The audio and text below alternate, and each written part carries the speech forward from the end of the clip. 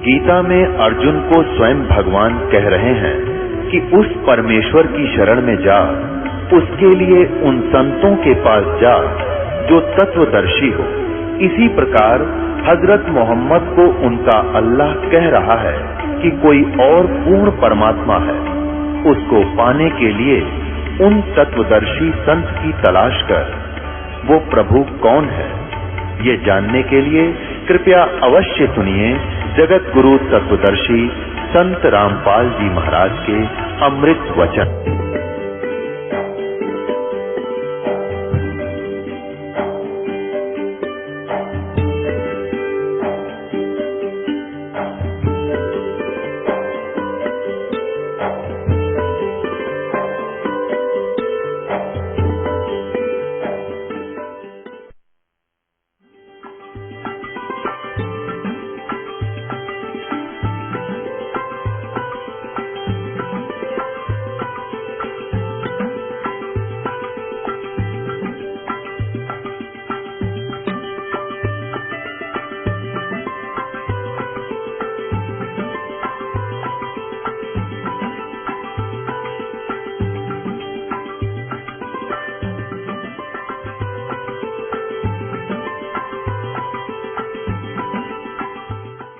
आत्म ज्ञान क्या होता है कि अपने बारे में जानकारी हो जाना, भी मैं कौन हूं, कितना आया हूं और किस प्रकार छुटकारा हो। ये तो आत्मज्ञान। और ये आत्मज्ञान क्या कहा करते थे, वो समाधि ला ले और आत्मा का साक्षात्कार कर। अरे भले आदमी, अपनी आत्मा का स्वयं ही तू साक्षात्कार करेगा। कहते अपनी आत्मा को देखो। अपनी आत्मा ने क्यों कर देखोगे तुम, दया बुद्धि भ्रष्टोरी। देखेगा कोई, देखने वाला तो दूसरा हो गया। फिर अपनी आत्मा कैसे देखी? कहते जैसे आईने में दिखती है। नो तो फिर शीशे मुंह देख ले, तू अपना देखना है तो कोई बात हो। ये बेकार की बातों में बेतुका जो ज्ञान गढ़ रखा था, इन मूर्ख बना रखा दुनिया को। हाँ, परमात्मा ने देखने की बात कहो, तुम्हारा दच्चा का परमात्मा देखने के लिए अभ्यास करो तो वह बिना दस्ती, क्योंकि जितने भी संत ऋषि हुए हैं उन्होंने समाधियां भी लाई हैं और ट्राई भी करी, आखिर में रिजल्ट लिख दिया कि भगवान तो निराकार है, दिखता है कोई ना। वो कारण क्या था? ये निराकार भगवान के ध्यान में बैठ जाते थे, साधना ठीक थी को ना। थोड़ी देर तो ओम ओम ओम ओम करते, फिर वो समाधि लग जा। समाधि लग जाए फिर क्या? समाधि क्या चीज है? समाधि तो एक मेले में चला गया आदमी। नो सोच ले कि मदारी डुगडुगी बजा रहा है मेले में, कि तेनों कह ले ले केड़े कोई कुछ कह रहा है, कोई कुछ कह रहा है। तो उस मेले में आदमी चला जाता है तो शाम तक उसने नो पता नहीं लगता कितनी देर में तेरा दिन गया। इधर घूम घाम कर शाम ने फिर धक्के खा उल्टा फिर आ जाता है। तो ये समाधि क्या चीज है कि इस हमारे शरीर में एक चैनल लगे हुए हैं, चैनल कमल। और ये जो समाधि तो वही व्यक्ति हो सकता है जिसके पूर्व जन्म की कोई ये अभ्यास पहले किया करता था पूर्व जन्मों में, और कुछ पुण्य इसके साथ है, तो वो समाधि सोने का वो हो जाता है। कैसे होता है?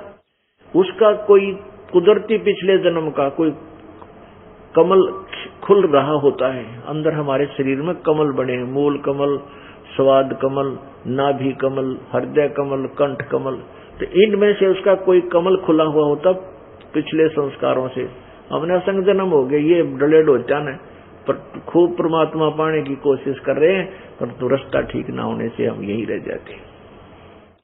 तो क्या होता है कि जैसे आप एक टीवी देख रहे हो, जिस चैनल को आपने ऑन कर दिया उसमें किसी में गाने आ रहे हैं कि तो फिर खेल शुरू हो जाएंगे, कोई एडवर्टाइजमेंट आ जाएगी, ट्या तो आप उसको देख रहे हो। फिर आप दूसरा चालू कर दिया तो दूसरे में जो भी प्रसारण आ रहा है वो दिखाई देने लग जाएगा। तीसरा शुरू कर दिया, तीसरे में कुछ और चीज आ गई। आप तो ऐसे शरीर में चैनल बने हुए, और ये चैनल जब किसी के ऑन हो गया तो वो उसमें खेल देखता रहा। ऊपर के सब ब्रह्मांड के नजारे, उस वहां जो ऊपर के लोग हैं वो बहुत ही सुंदर इस काल में बना रखे हैं। बड़ा आकर्षण है कि डांस हो रहे हैं, कितना कुछ हो रहा है, कितना कोई ऋषि बैठे हैं, कितना झरने बह रहे हैं, कितना अप्सराएं नाच रही हैं, कितना गाने आ रहे अपने आप, जैसे गाने की आवाज आ रही है, वो गानिया नहीं दिख रहा, तेनू देख किसी गाँव है। तो जैसे सपने में धक्के खाया करे समाधि में, ये समाधिस्थ होकर के ऊपर धक्के खाता है, ऐसे भटकता रहता है। तो ऐसे हमने ये समाधिस्थ नजर आते हैं। तो फिर ये क्या करते हैं, और जब काफी समय हो जाता है इनको ऐसे मेडिटेशन करने का अभ्यास बन जाता है, तो कुछ दिन के बाद इनको कोई ना कोई रूप में, कोई विष्णु रूप में, कोई देवता रूप में, कोई गणेश रूप में, कोई ना कोई ये दिखाई दे जाता है। तो ये क्या कहते हैं, ओहो ये विष्णु जी भगवान है। और ओहो किसी को ब्रह्मा रूप में, शिव जी रूप में दर्शन दे देता है, तो वो ऋषि कहता है शिव जी भगवान है। फिर वो देखते हैं भाई शिव जी भी भक्ति कर रहे हैं, ये भी समाधि लाए बैठा, फिर यूं किसकी पूजा करता है। तो शिव जी से पूछते हैं तो वो कहता है विष्णु भगवान है। विष्णु से पूछते हैं कि शिव जी भगवान है। फिर वो कहते हैं ना भी भगवान तो दिखाई नहीं देता, वो तो निराकार है। ये इनकी थ्योरी उल्ट पुल्ट करके वहीं आ रुकती है। तो परमात्मा ये बताना चाहते हैं हमारे को कि आत्म ज्ञान और परमात्म ज्ञान क्या है। कहते हैं कूप की छाया कूप के माही ऐसा आत्म ज्ञाना। जैसे कुएं की कुएं की छाया और कुएं तक ही रह जाती है, बाहर उसका कोई लाभ नहीं। जैसे मकान बाहर बना हुआ, उसकी छाया में आदमी बैठ सके है, पशु पक्षी बैठ सके है, गर्मी से बच सकता कुछ समय के लिए। कहते कुएं की छात है कुएं के मां, तेरा ऐसा आत्मज्ञान, ऐसा आत्मज्ञान। यानी आपने नो पता लग गया हम महादुखी हैं, और ये तो बहुत बुरा लोक है, तो आपके पास विधि नहीं, उस कुएं मत निकलने का कोई तरीका नहीं, तो वो ज्ञान भी व्यर्थ है। जैसे आप सभी पुण्यात्मा कहीं ना कहीं संत ऋषि के चक्कर में फंसे हुए हो, क्योंकि आपको पता लग गया है कि भक्ति करनी चाहिए और आत्म कल्याण कराना चाहिए। आपको रास्ता ठीक नहीं मिला, तो आपकी कुएं की छाया कुएं के मां, तेरा ऐसा आत्मज्ञान। अब हम परमात्म ज्ञान के विषय में जानकारी देंगे। परमात्मा सर्वश्रेष्ठ प्रभु। तो हमने साक्षात्कार परमात्मा का करना है, अपनी आत्मा का के करांगे करके बता। अपना बिरानवे टिवरी हो रहा साक्षात्कार, कोई कुत्ता बना अंडा, कोई गधा बन रहे, सारे साक्षात्कार हो रहे हैं सबके। तो हमने तो परमात्मा का साक्षात्कार करना है, ना कि अपनी आत्मा का। अपनी आत्मा की दुरुक्ति हमने बिराने सारी सबकी हो रही। तो वो परमात्मा कौन है, कैसा है, कहाँ रहता है, उसका नाम क्या है, उसके पाने की विधि क्या है, ये परमात्म ज्ञान है, ये तत्व ज्ञान है। और ये परमात्म ज्ञान परमात्मा ने स्वयं ही आकर के यहाँ बताया है। बाकी किसी के पास ज्ञान नाम की छींट नहीं है, एक किरका भी नहीं है, एक कण भी नहीं है ज्ञान का। कोरा अज्ञान डड़ेडो है। तो यहाँ क्या बता रहे हैं, परमात्मा ने स्वयं ही आकर के हमें बताया कि भाई तुम इस काल के जाल में कैसे फंसे। पुण्यात्माओं, अभी तक ये दंत कथा सुनाया करते। अब जैसे सभी प्राणी परमात्मा की भक्ति करते हैं और आत्म कल्याण चाहते हैं। आपको सभी ऋषि महर्षियों के और ये नकली वर्तमान के पंथों की सारे सदग्रंथ आपके सामने दिखा रखे दासना के सभी कहते हैं पार हो जाओ, नहीं तो काल के मुख में रह जाओगे। सारे काल के मुख में एक समय एक शिकारी, एक समय एक तोता पकड़ लिया किसी ने, और वो तोता पिंजरे में बंद करके वो बेचने के लिए जा रहा था। आगे तो एक साधु संत मिल गया, भक्त दयालु इंसान। उसने विचार किया कि ये तोता जंगल में घूमने वाला फरी यानी बहुत स्वतंत्र पक्षी पिंजरे में फंस गया, सारी उम्र इसमें रहेगा, क्यों ना मैं इस तोता बेचने वाले से इसको लेकर के और जंगल में छोड़ दूं, पुण्य होगा। उसने इसी दृष्टिकोण से वो 5 रुपये में तोता ले लिया पिंजरे समेत। अब उस भगत ने सोचा, उस संत ने सोचा कि मैं इसने कुछ शिक्षा दे दूं, पढ़ा दूं, कहीं ये फेरना चक्कर में फंस जा।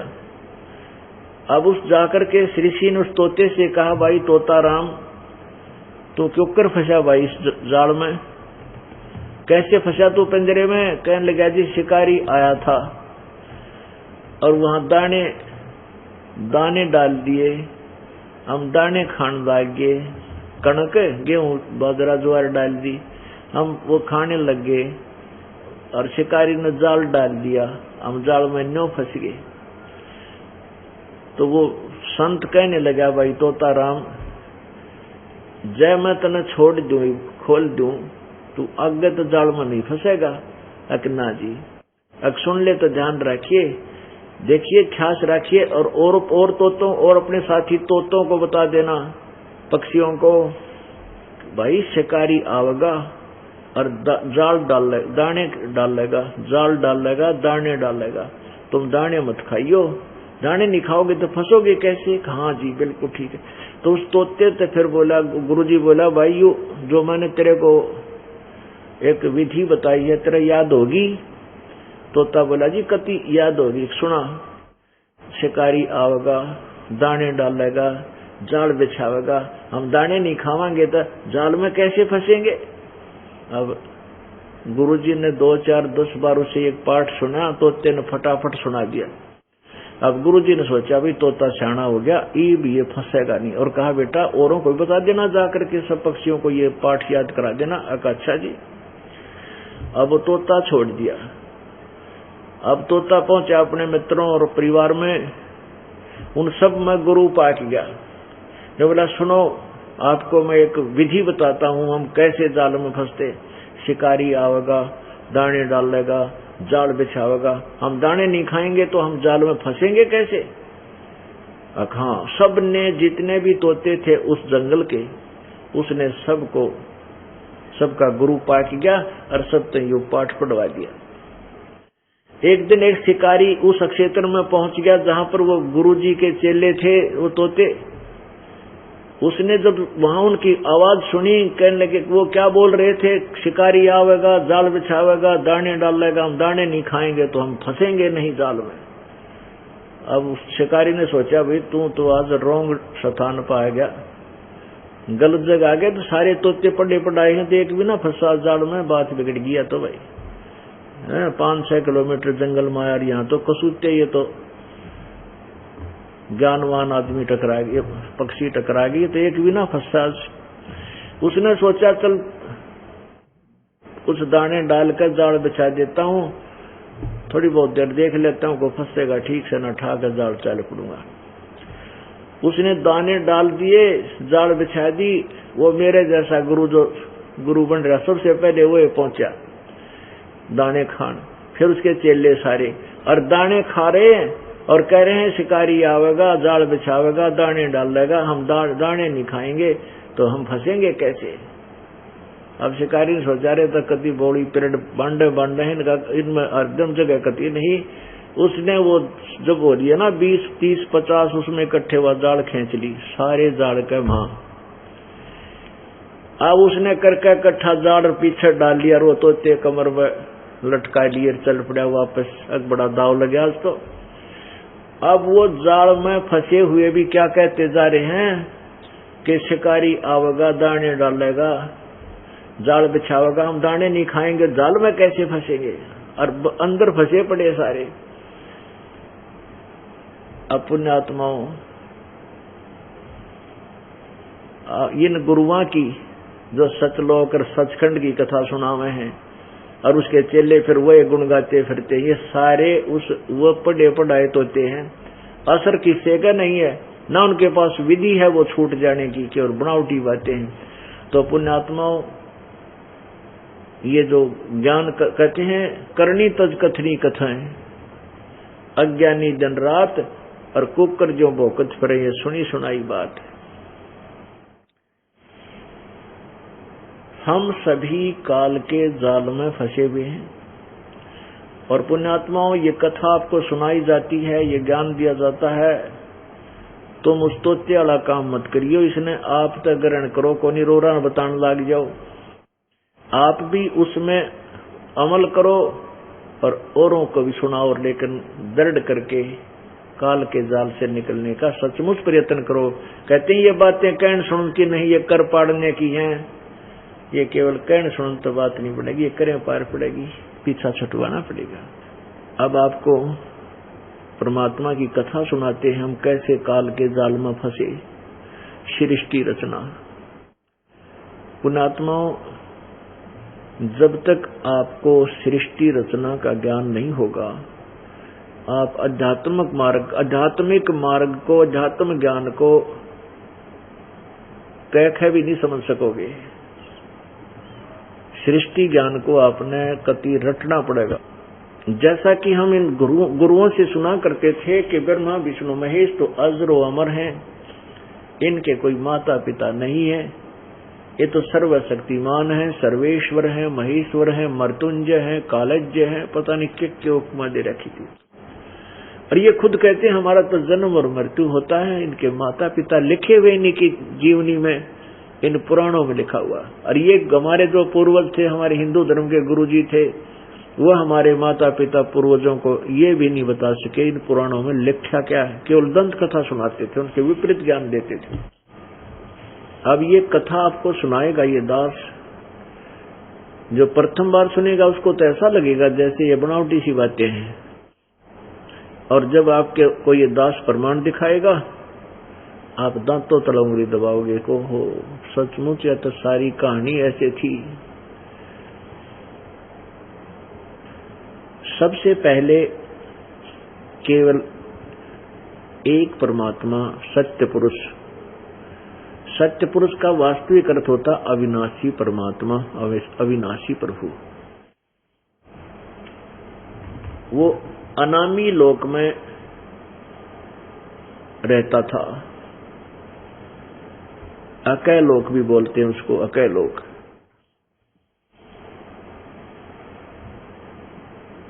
फिर उस परमेश्वर ने नीचे के 3 लोकों की रचना की अपनी वचन शक्ति से। अगम लोक, फिर नीचे का उससे नीचे अलख लोक, और फिर सबसे नीचे सत्यलोक। ऐसे उस अनामी लोक से अन्य 3 लोकों की ओर उस परमेश्वर पूर्ण परमात्मा ने, पूर्ण प्रभु ने, यानी कबीर देव ने रचना की। और ऊपर के 3 लोकों को यानी अविनाशी रूप में, स्थायी रूप में रचा, वो कभी नाश में नहीं आएंगे। उसी एक परमात्मा ने अपने अनेक रूप बनाए। अगम लोक में वही अगम पुरुष हुआ, अलख लोक में वही अलख पुरुष माने परमात्मा प्रभु, और सत्य लोक में वो सत्य पुरुष हुआ, अविनाशी परमात्मा। अब सतलोक में परमेश्वर ने, परमपिता कबीर देव ने, सत्य पुरुष ने अपनी वचन शक्ति से एक शब्द से 16 द्वीप यानी 16 अलग अलग लोक स्थापित किए सतलोक में, और फिर 16 शब्दों से 16 पुत्रों की उत्पत्ति की। उनको अलग भिन्न भिन्न द्वीप में रहने की आज्ञा दे दी। परमेश्वर ने अपने पुत्र अचिंत को, उन 16 में से एक अचिंत नाम का पुत्र है, उससे कहा कि बेटा तू अब सृष्टि रचना कर रहे। अब परमात्मा ने इसलिए सारा कुछ किया था कि ये बालक कहीं फिर बाद में टांग ना अड़ावें, इनकी अक्षमता से अभी परिचित करवा देता हूं इनको, तुम्हारी कितनी औकात है। अचिंत ने अपनी वचन शक्ति से अक्षर पुरुष की उत्पत्ति की, जिसको परब्रह्म कहते हैं।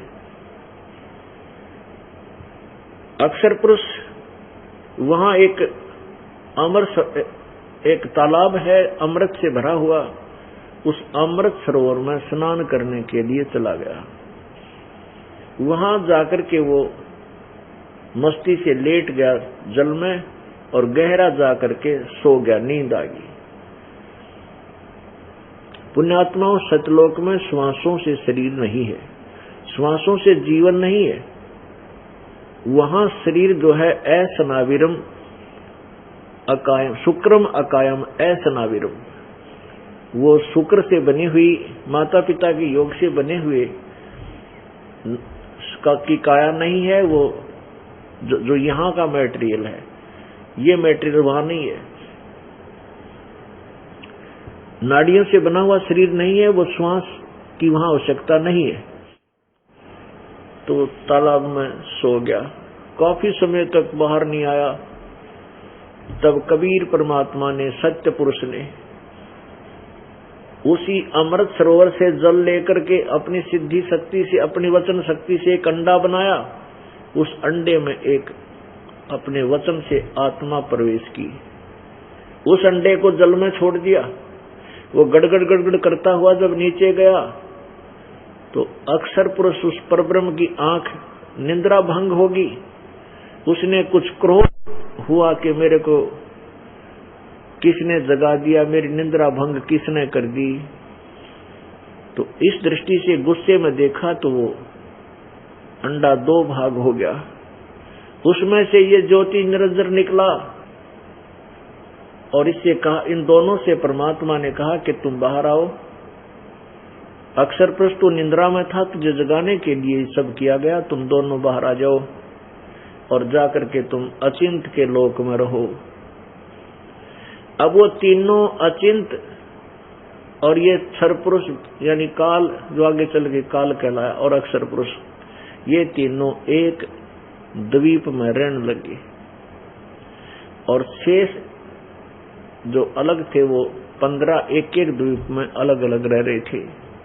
एक दिन उसके बाद परमात्मा ने अचिंत से कहा कि तूने देख ली अपनी अक्षमता, बेटा तुम्हारे बस की सृष्टि रचना नहीं है कि तुम बीच में टांग अड़ाओ, इसलिए तेरा भ्रम निवारण किया था मैंने।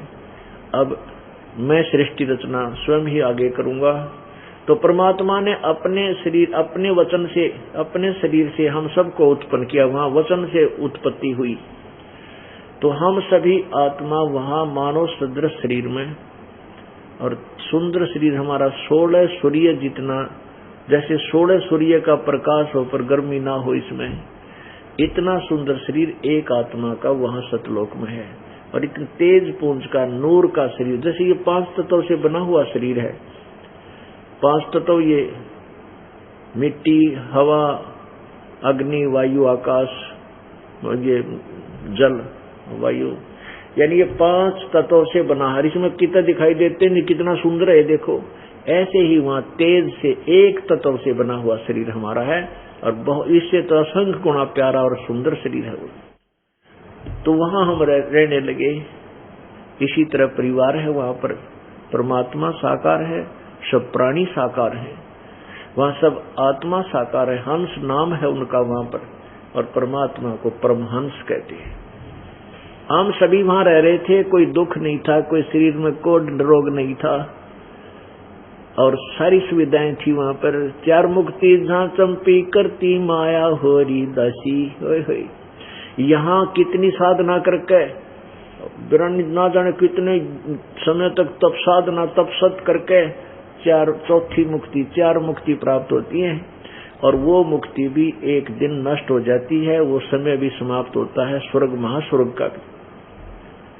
और फिर जीव का जीव 84 लाख योनियों में गधा कुत्ता सुअर बनता है।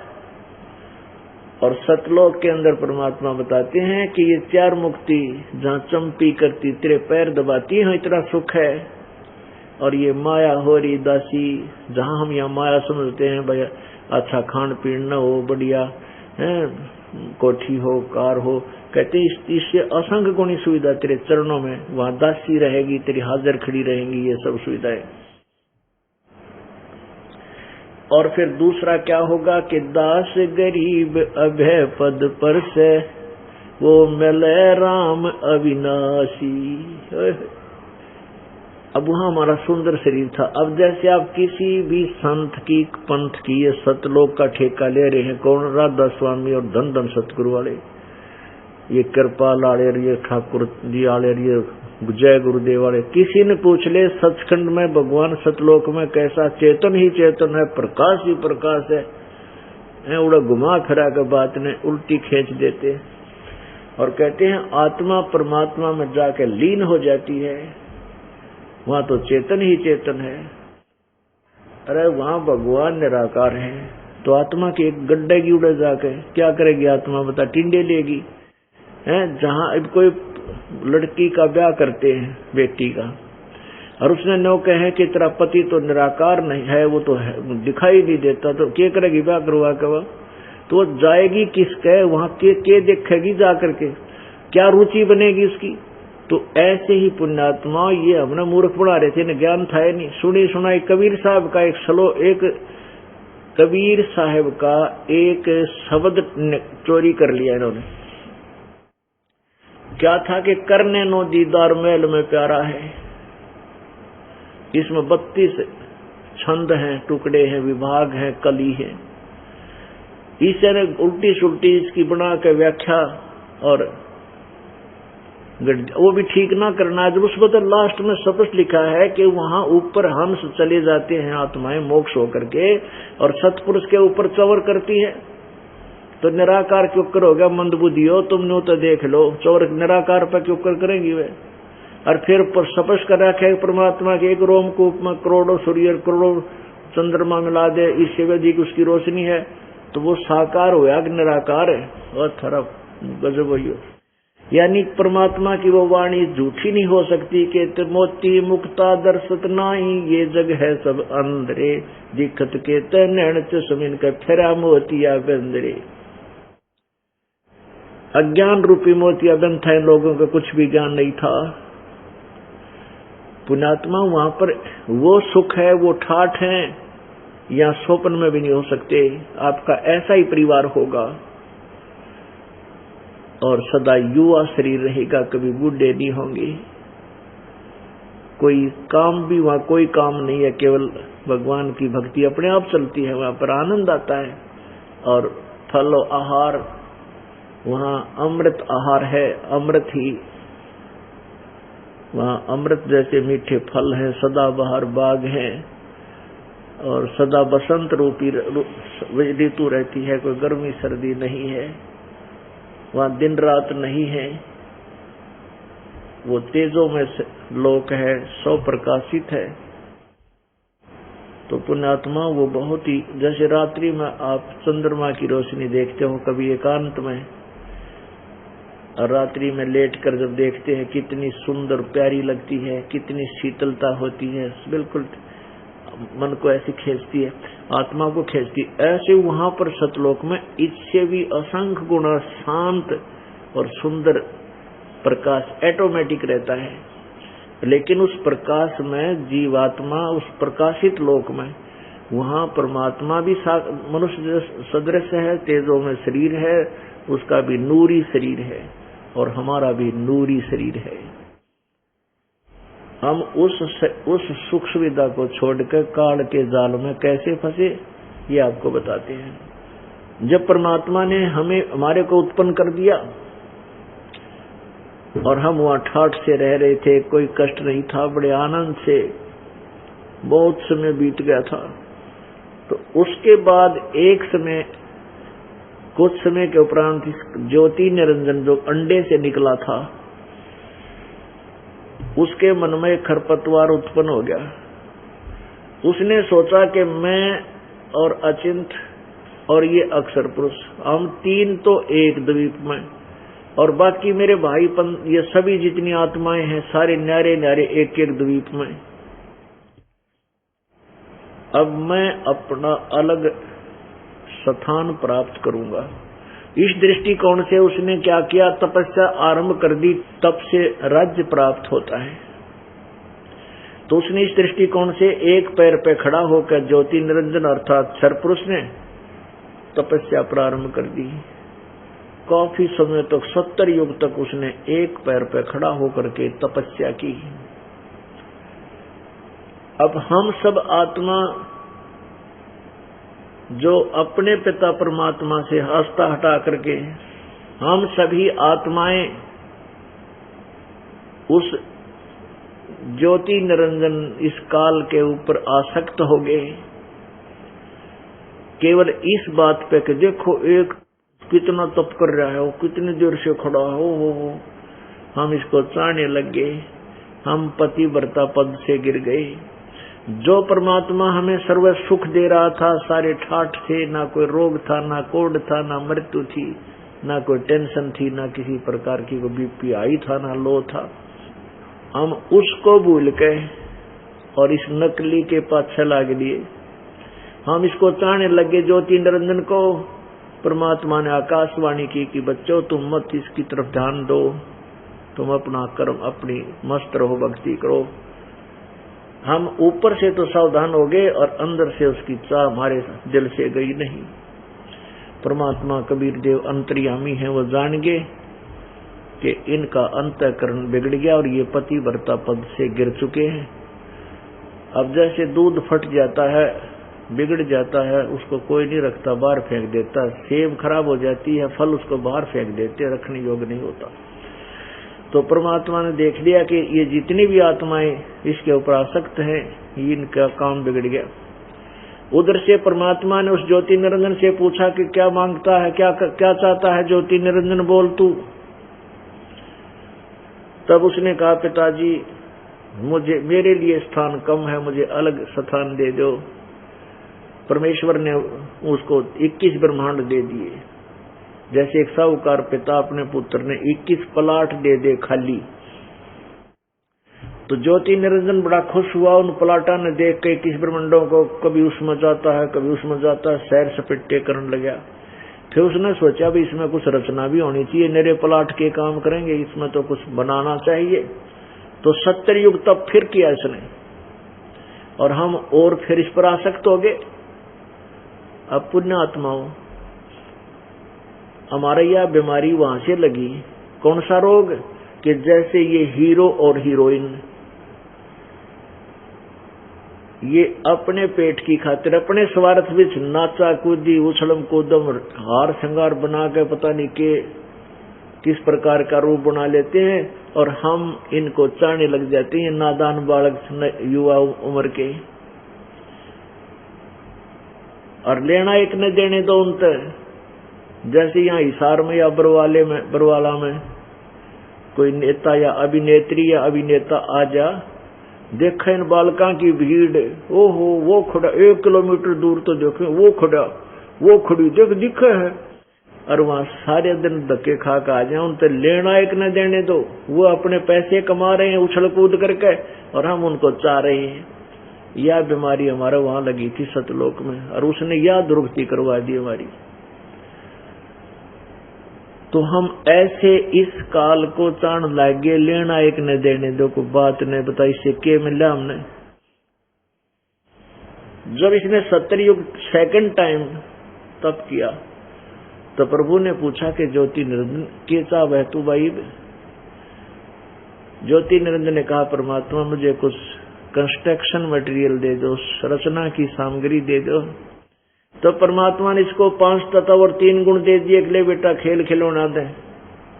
अब इस काल ने सोचा चल मैं इसमें कि मैं रचना भी कर लूंगा, कंस्ट्रक्शन भी कर लूंगा, फिर कोई जीव मेरे साथ नहीं आते, अकेला इस महल में करूंगा क्या, मकानों में।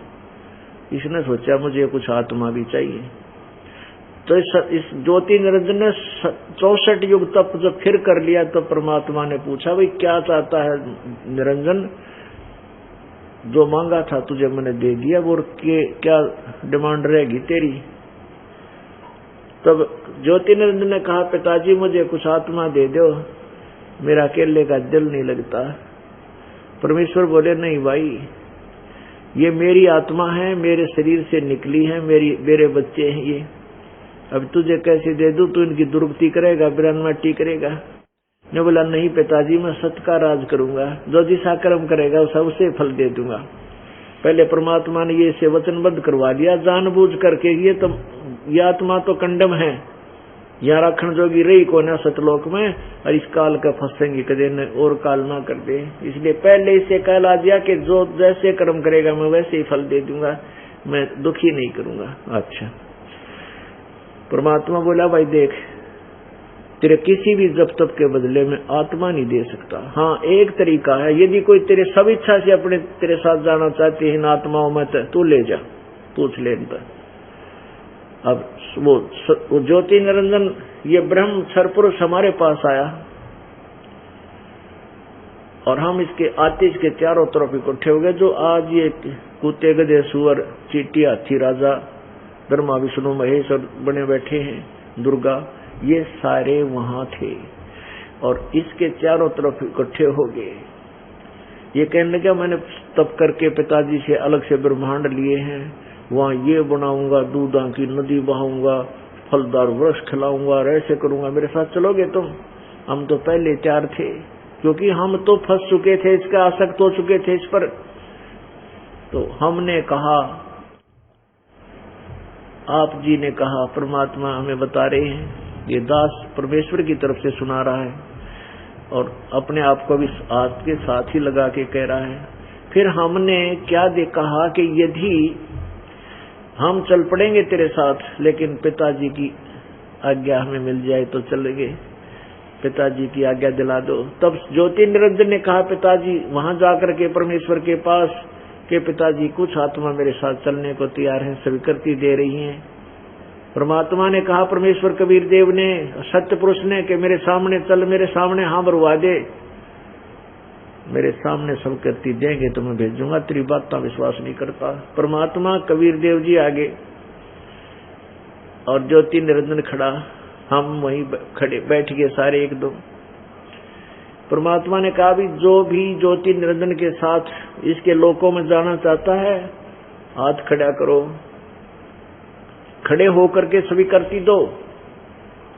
अब सब के सब चुप सन्नाटा छा गया कि अपने पिता के सामने क्यों करके हम इसके साथ जाएंगे।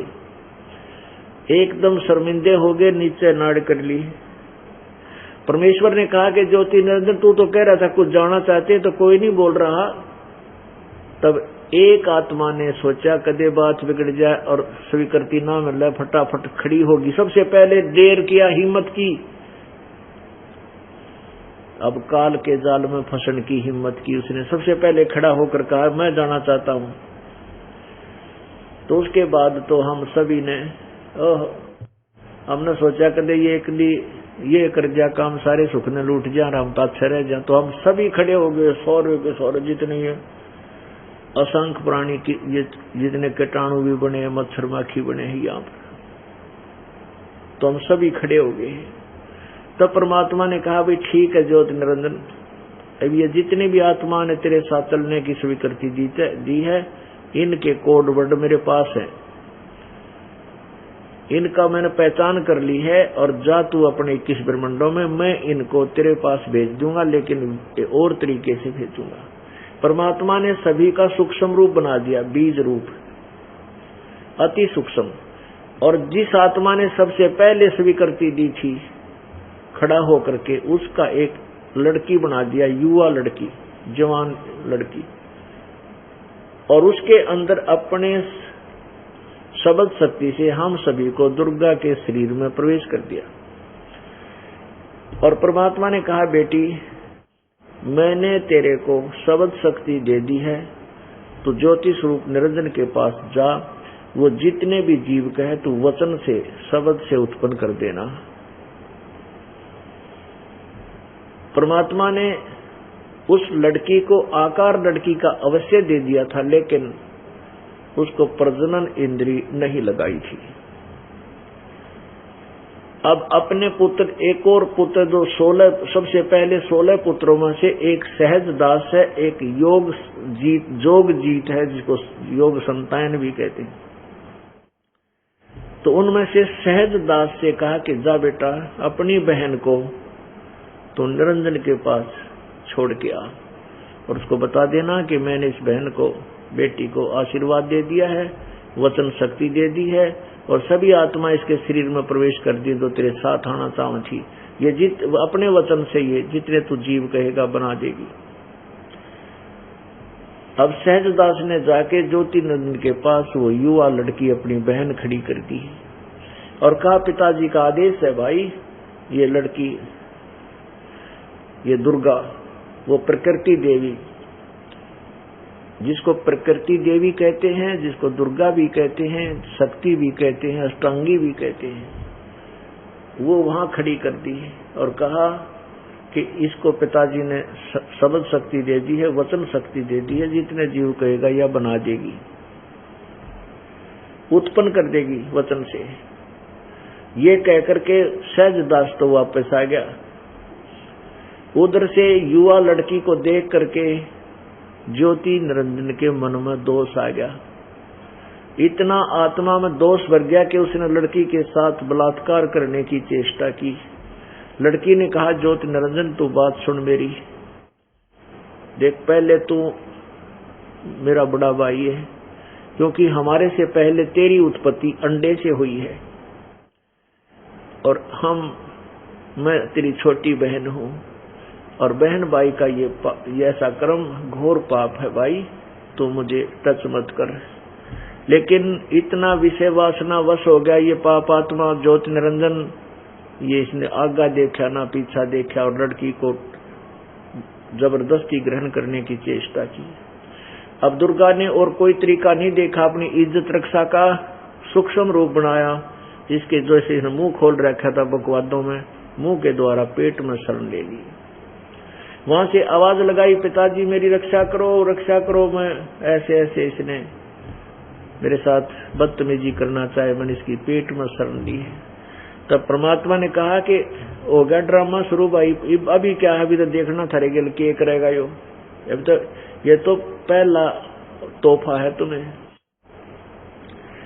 अब परमात्मा स्वयं वहां पहुंचे अपने पुत्र जोगजीत के रूप में और वहां से कहा कि जोगजीत सुन ले आदेश परम पिता का, तूने ऐसे सच्चे लोक में ये बदतमीजी की है, तू यहाँ रहने योग्य नहीं है और तूने इस लड़की को खा लिया है कि तेरे शरीर अब दुख पा करके तेरे शरीर में पहुंच गई है। आज से तेरा नाम काल होगा, 1 लाख मानव शरीरधारी प्राणियों को नित आहार करेगा और 1.25 लाख रोज उत्पत्ति करेगा और लेकर तेरे 21 ब्रह्मांड ने यहाँ से चला जा। अब वहां से इतना वचन कहा था, अपने आप ये वो लड़की पेट से निकाल दी परमात्मा ने, दुर्गा को काल के पेट से निकाल दिया, बाहर खड़ी कर दी और जाओ तुम अपने भोगो कर्म जिसे तुम न करे।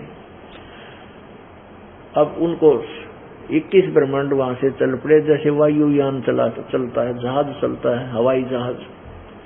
और वहां से 16 शंख कोश की दूरी पर जाकर रुक जाओ, 16 शंख कोश की दूरी पर आकर के ये 21 ब्रह्मांड काल के रुक गए। अब काल ने कहा दुर्गा से, अब मेरा कौन के बिगाड़ेगा, जो सजा मुझे मिलनी थी मिल गई और अब तेरे साथ अब मैं। फिर उसने वही चेष्टा की बकवाद करने की, कहा कि मैं अब मनमानी करूंगा। दुर्गा ने फिर कहा कि ज्योति निरंजन, पहले तो तू मेरा बड़ा भाई, मैं तेरी छोटी बहन, एक पिता की संतान, और दूसरे में तेरे पेट से बाहर आई तेरी बेटी होगी, कम से कम कुछ तो लिहाज रख ले, ऐसा जुल्म ना कर। मेरे पास वचन शक्ति है, मैं जितने तू जीव कहेगा मैं उत्पन्न कर दूंगी। लेकिन इतना वासना, विषय वासना वश हो गया ये काल, कामदेव वश हो गया, इसने एक नहीं सुनी, दुर्गा से जबरदस्ती शादी की और 3 पुत्रों की उत्पत्ति की। ब्रह्मा विष्णु महेश इनके नाम रख दिए, तीनों को एक एक गुण युक्त कर दिया, रजगुण ब्रह्मा, सतगुण विष्णु, तम गुण शिव जी बना दिया। अब पुण्य आत्माओं,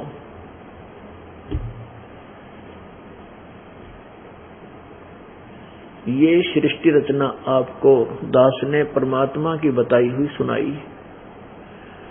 जिन्होंने ये सृष्टि रचना नहीं सुनी है वो ये सोचेगा यह तो बनावटी बात है, किताब न सुनी ना देखी ना कोई शास्त्र में प्रमाण नहीं, कैसे माने। आपको इतने प्रमाण दे दूंगा कि आपका दिमाग सुन्न हो जाएगा, कर तेरा गजब हुई। ये अपने सदग्रंथों में लिखा था ऐसा ही, जो कि आज से 600 वर्ष पहले परमात्मा ने अपने सिंपल लैंग्वेज में साधारण भाषा में बताया था कि धर्मदास ये जग बोराना, कोई न जाने पद निर्वाणा। यही कारण मैं कथा पसारा, जग से कहिए एक राम नियारा। अब मैं तुमसे कहूँ चिताई, तेरे देवन की उत्पत्ति भाई। अब मैं तुझे इन तेरे तीनों भगवानों की, ब्रह्मा विष्णु महेश का जन्म बताता हूँ, क्यों करो या कैसे हुआ। अब ये जैसे दास ने कल आपको यह कथा सुनाई थी, परमात्मा की अमर वाणी सुनाई थी, कबीर वाणी, अब आज समझ में आओगी आप क्या कैसे। अब मैं तुमसे कहूँ चिताई, तेरे देवन की उत्पत्ति भाई। तेरे तीनों देवता रजगुण ब्रह्मा सतगुण विष्णु तमगुण शिव जी की उत्पत्ति सुनाता हूँ, बताता हूँ कैसे इनका जन्म हुआ। कुछ संक्षेप कहूँ गहुराई, सब संशय तुमरे मिट जाई। संक्षेप सी बताऊंगा पर इसमें तेरे सारे संशय खत्म हो जाएंगे। बरम गए जग वेद पुराना, आदि राम का भेद न जान्या। इन वेद पुराण पढ़ कर सारे भ्रमित हैं, उस आदि राम सर्वशक्तिमान सबसे पहले वाले परमात्मा सनातन पर ब्रह्म के विषय में किसी को ज्ञान नहीं। अब जो मैं कथा सुनाने जा रहा हूँ,